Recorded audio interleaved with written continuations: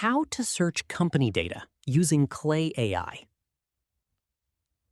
First, open your web browser and go to app.clay.com.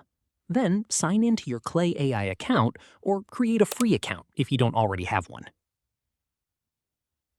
Once you're on the Clay dashboard, click Find Leads and select Find Companies to start searching for businesses. Next, use the filters on the left side to define your search criteria. You can filter companies by industry, location, company size, employee count, annual revenue, funding, technologies used, and many other attributes. As you add filters, Clay AI automatically searches its database and displays matching companies in the preview panel.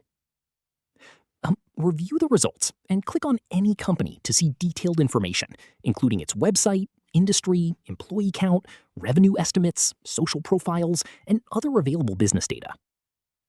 If you need more information, use Clay's enrichment features to automatically gather additional company insights, contact details, and verified business data from multiple sources. Once you're happy with your company list, click Continue to save your search. You can then export the results as a CSV file or sync them directly with your CRM or sales tools. That's it. You've successfully searched company data using Clay AI. If this tutorial helped, don't forget to like this video, subscribe, and hit the notification bell for more AI tutorials, productivity tips, and easy tech guides.